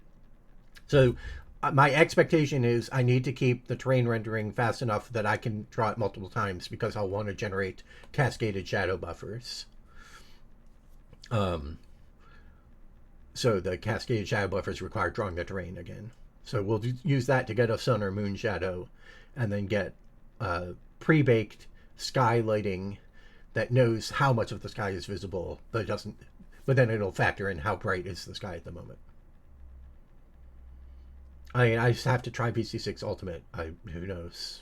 I don't know what it's capable of. Can you clarify what's the relation between the promised game you made and John's new game? Yeah, I don't know why John hasn't been clear about this. So, Order of the Shrinking Order of the Shrinking Star? Sinking Star. Order of the Sinking Star is the new game from John's company that was announced and the trailer came out. And he talks about the fact that it starts with these 4 sort of separate worlds, and then the mechanics from the worlds start to intersect. And those 4 separate worlds are based on 4 games or series of games that already exist and are free. So there's Heroes of Sokoban is a series of 3 puzzle script games. Mirror Isles is a puzzle script game. Lonely Homes, Sinking Stones, Throwing Stones to Lonely Homes, something like that, is a puzzle script game. And the 2 or 3 promised games are coded in C. And they're all Sokobani kinds of games. And so the starting point in Order of the Sinking Star, you start and you can go into the 4 worlds, and those are just re-implementations of our original games. So you just get the full experience. I don't know how he's doing that for Promised with the Promised twist. And Promised has its weird continuous map and split into rooms, and I don't know how exactly they're doing that, but my understanding is it is just the same solution to Promised will work in that.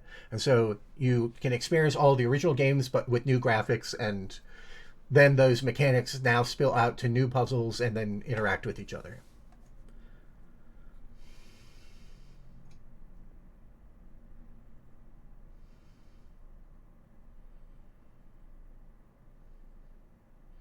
And I don't know why he wasn't clear about the fact that they were pre-existing games. I mean, it may be intentional that it's part of his marketing strategy to not mention that they were pre-existing games. I don't know. I'm not criticizing it either. I know Alan Hazelden is a lot more bothered by the fact that he's not giving us credit, and I'm not as bothered because some stuff that I know about why he does what his original thought was when he first pitched this, it would kind of make sense to not say it. So we'll see. I mean, if nothing else, you maybe don't want to say that there are free versions of all this, because then people might just go out and play the free version instead of buying his game. Like there are potential reasons for it. Anyway, so yeah, the to-do list hasn't actually been updated. For this project, I have this technical to do, which is all the technical stuff I can think of that needs to get done. Hey, look, we did that one.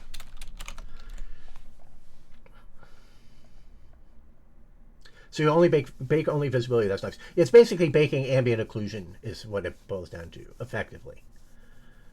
but using it in a different way. I was watching your first stream and you mentioned having many GPUs. Were you Bitcoin mining or something? They're for they're render farm basically usage for offline path traced rendering using CUDA or compute shaders.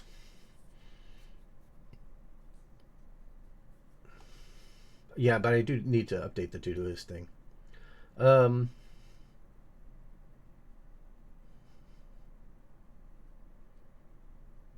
have do you or have you used Linux? I installed Linux from 12 or 20 or 40 floppies in 1993-ish, uh, and used it for a year or three and never went back. Um, I primarily stay with Windows because it's the primary market for games, and so it's a lot easier to develop Windows games on Windows. That may shift now due to the stuff that Valve has done with making Windows games run in Linux. We'll see. And certainly, since I'm used to VC6, it would also be a hard thing to switch to Linux.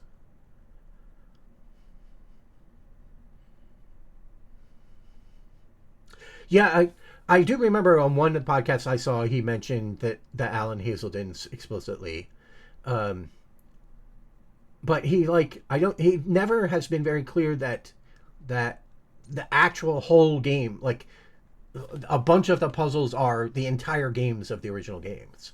Like that doesn't seem to be something that he's that clear about. This isn't even path tracing for baked light maps. This is path tracing for offline rendering, like just doing full path traced scene rendering. Ultimate goal, yeah, I don't think about things that way.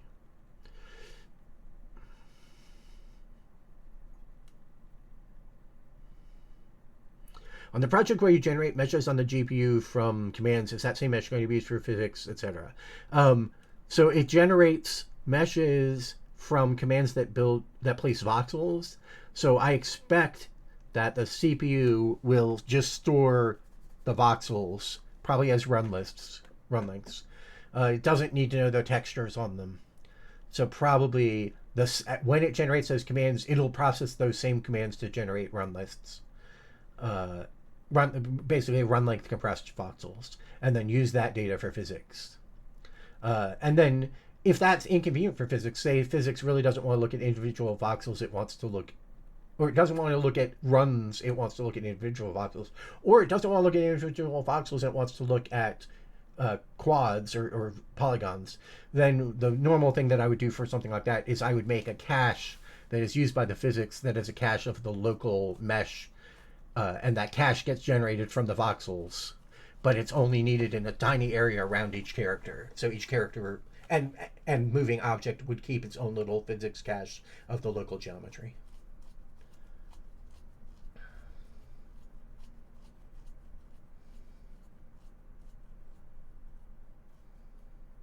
In your past stream with John Blow, he had the Lotus floating and moving on the river. I mentioned it was the hardest he had to do. So the stream I did with him, we were talking about how the movement system worked. So the question is, was he saying the hardest thing to do was that movement system, or was the hardest thing to do the Lotus floating and moving on a river?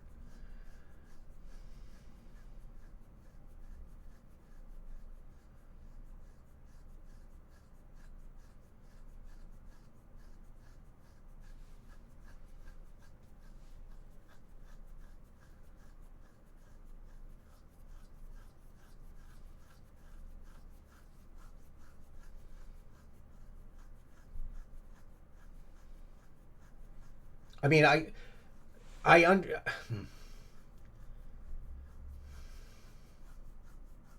So people have complained that I was being a little thick-headed in the stream, and that I was asking questions that other people weren't confused about. I was having trouble understanding what he was doing and made it worse. But my understanding, to defend myself on that, my understanding is that John felt like if he didn't do this, if I wasn't there, he wouldn't do the stream. He wouldn't really be explaining it very well. So even if I was being dumber than the people watching along, they got the information at all, which they wouldn't have if I wasn't there being dumb. So I've got to just say that in my defense first. Um, It's been long enough ago that I don't really remember the details of what was hard about this. But the main issue is just that you want this discrete movement in the world with these interactive roles between those discrete things, but you also want to draw it smoothly with everything animating nicely, and you want to undo in some way, and you want people to be able to like click ahead and still have the discrete movement all make sense, and get the visuals to catch up as fast as they can, yet be consistent. And so that whole system, I don't remember how that system worked that he came up with, but it was some kind of transactional system or something. And that makes sense to me that you have this hard constraint of you want this rigid, predictable, gamey physics that is 100% guaranteed to always do the exact same thing, and you want really nice appearance. Like there's this common conflict that we see where like this happens in user interface design. You don't want to tune the user interface design to like this makes for good code with good structure and nice hierarchies of objects. You want to make the UI responsive to humans and do what humans expect. And if the human expects something weird, or if the human is like, it's really convenient that I can just hit escape right there, and it closes this window and puts my cursor back into the editor if I hit escape. And I just hit escape and it didn't do that. It put my cursor back into the air, and now I hit escape and it closes that window. And that somebody sat there and figured out what feels good for a human, not what makes sense in the code. And so he's trying to do both at once in that system. He's trying to do something that is experientially good for the human experience, and at the same time also is trying to obey this very strict set of logical rules.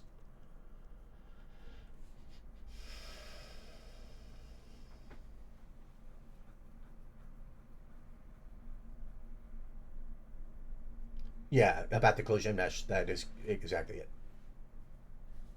I don't know what physics engine I'll do for either of these two projects, the terrain and the voxel stuff. It probably isn't useful to open source. It probably won't be doing anything interesting.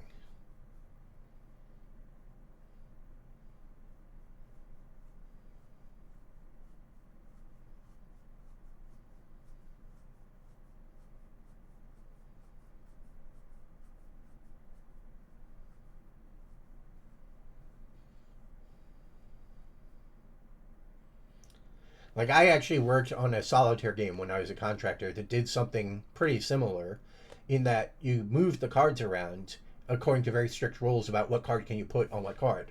But the producers wanted to be really pretty, so like you're dragging a stack of cards from what's the most common one? The one where you stack up odd, um, alternating colors. Anyway, the point is you get a stack of face-up cards that are spread out, and you can grab that whole stack and move it. And they wanted this nice, pretty thing where as you dragged it, it did this sort of physicsy trailing along behind you. And so all the cards wouldn't settle. You would drop the stack on, and the cards were still catching up and dropping into place. And while all that was happening, you could grab another card and move it. And so behind the scenes we had the same kind of thing. There was like where the card really is in the game sense, and then where the card is on the screen. And then you have to deal with the fact that, oh, the card, not with cards, but conceptually you have to deal with the fact that, oh, this card got destroyed, but we're still drawing it on the screen. So it's messy.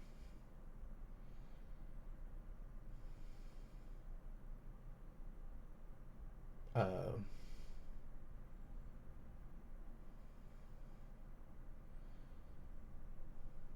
do you play any modern AAA games? I play Rocket League. um, I have a whole list of games I want to play that I just haven't gotten around to. Um, but the two games that I played, probably the only games I played this year, or maybe even the last 6 months, are Rocket League and Balatro. And Balatro is kind of the opposite of a modern AAA game. It's kind of a AAA indie.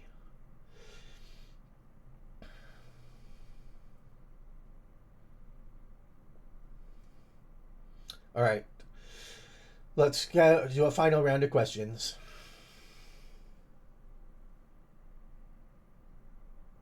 Are you interested in comics? No, I don't really. I used to read manga a lot, maybe 10 years ago, but I've never been a comics person.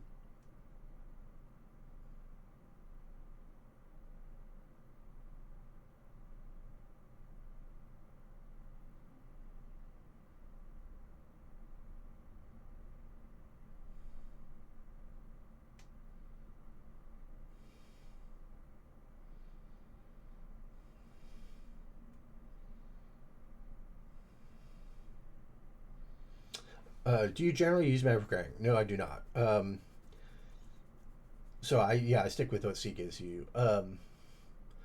Metaprogramming, in my experience, can be problematic. Like templates are fine, but the generalist metaprogramming that Jai allows, um, historically, to my understanding and in my opinion, in things like Lisp, which is very flexible, has the problem that basically people construct their own language version of the language that only they understand, and it can be very hard to work in teams. It can be very hard to work with other people's code, and I do worry that Jai, by providing this open-ended metaprogramming, could go down that path.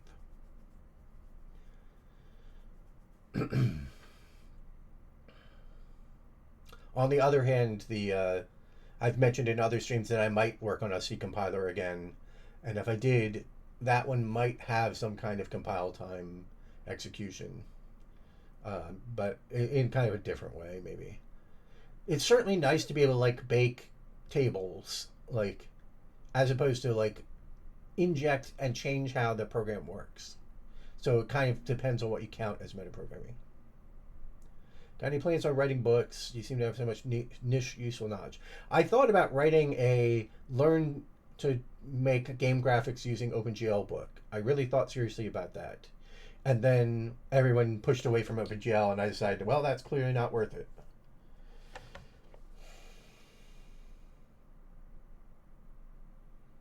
It's hard to draw conclusions from what Jai is preventing or allowing because it's only got, well, I guess that's not true. It's got a big enough user base now that people could go crazy on it. Um, I don't know. It's hard. I think you can't really tell until it's in the wild and you see what people actually do. I don't think the limitations it provides prevent anything because the it allows you to reparse the code and arbitrarily inject anything you want anywhere in the code. So that's sort of the worst possible case in terms of creating effectively new languages.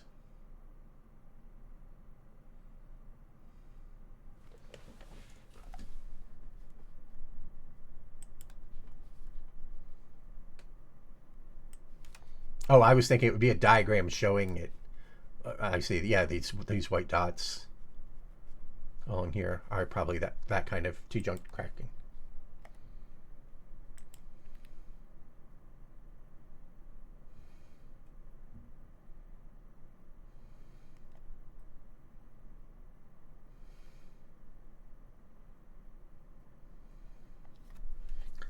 Yeah, so if you can write a meta program in Jai that makes it not use curly braces and instead use indentation, then yes, your ability to create your own branch of the language using just the language is pretty strong.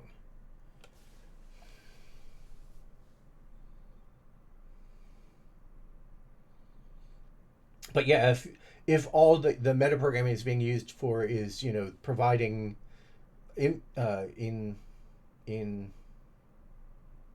not intuition in introspection, um,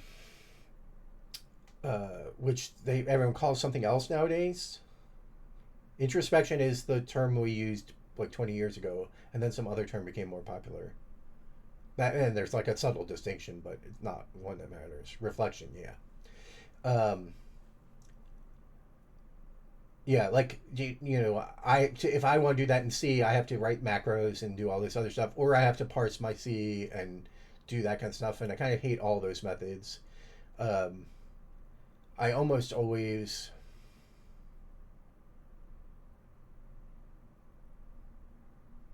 no, that's not true, so I won't say that. Anyway, so yeah, if that's all you're using it for in Jai, I mean, the thing is, then Jai doesn't even need the meta programming for that because it's already got built in reflection or introspection. So I don't know what a Terry Davis OS is. So no, I've never tried it. But obviously, reflection and introspection are really useful for things like editors that let you fill out structures and save load and stuff like that. So having that kind of stuff is great. But you can have the Jai implementation shows, or the Jai technique shows that you can have that without metaprogramming. It's a thing built into the language. So, oh, it's Temple OS, yeah. No, I've never looked at it.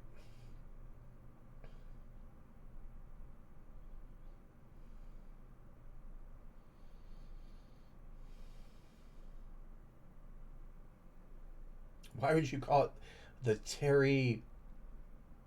Wait, what's it again? I can't even see it now. Did it get deleted? Oh, there it is. Have you ever tried? Yeah, why would you call it Terry Davis OS and not call it Temple OS? That's weird. Weird choice.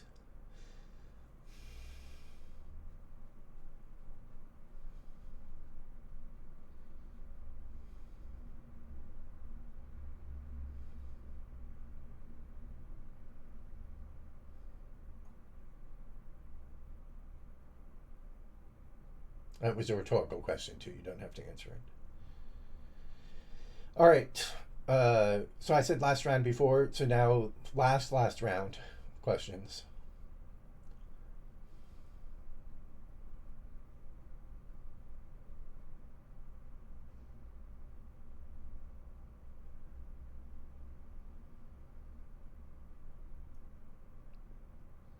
Do you use anything other than malloc free for memory management? I regularly use arenas. I wrote a system in stb.h that lets you do, I don't know what they call it, hierarchical memory management, for lack of a better term. You can assign each thing an owner. Each malloc block can have an owner that's also a malloc block. And when you free a malloc block, anything it owns gets freed recursively.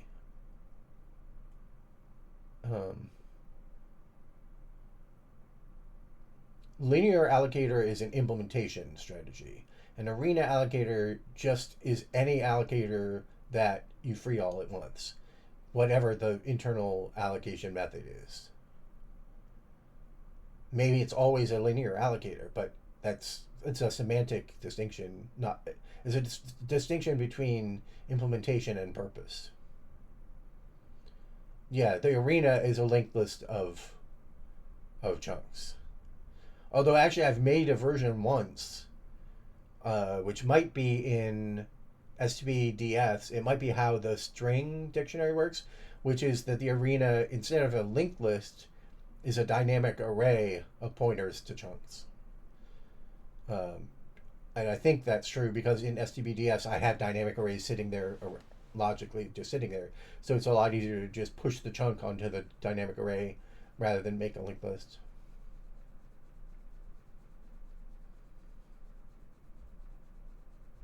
Yeah, and arena, the name arena allocator probably predates linear allocator. So the thing with a linear allocator is, assuming I know what a linear allocator is a common use of a linear allocator is that you can push and pop from it. So you can set a mark and then pop back to that place on the mark. And arena allocators normally don't have that functionality. So it's like an arena allocator and a stack allocator are both maybe built on top of a linear allocator. Maybe that's how the terminology work. I don't know.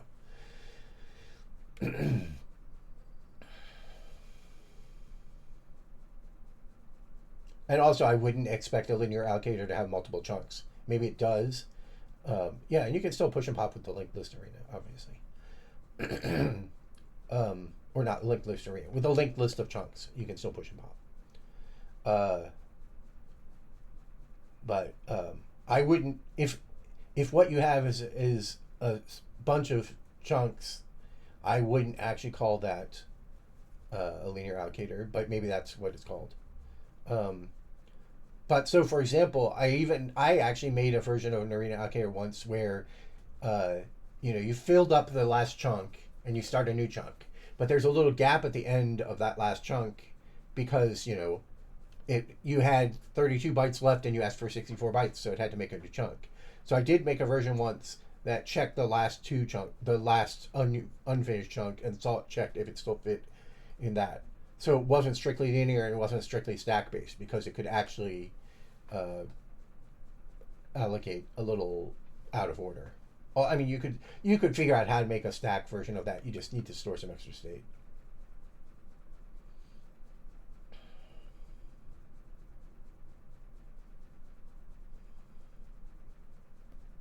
All right, I think that's it. I think we'll stop there. Yeah, and once you're at 64-bit, everything can work differently, and you can just allocate virtual memory. And so a lot of these concepts don't make sense anymore. But VC6 is 32-bit only, so I'm still used to working in 32-bit. It's funny because in VC6, then I only get like 2 gigabytes of memory for the app, but the GPU gets 6 gigabytes of memory. So I can store more on the GPU than I can on the CPU, which is pretty funny.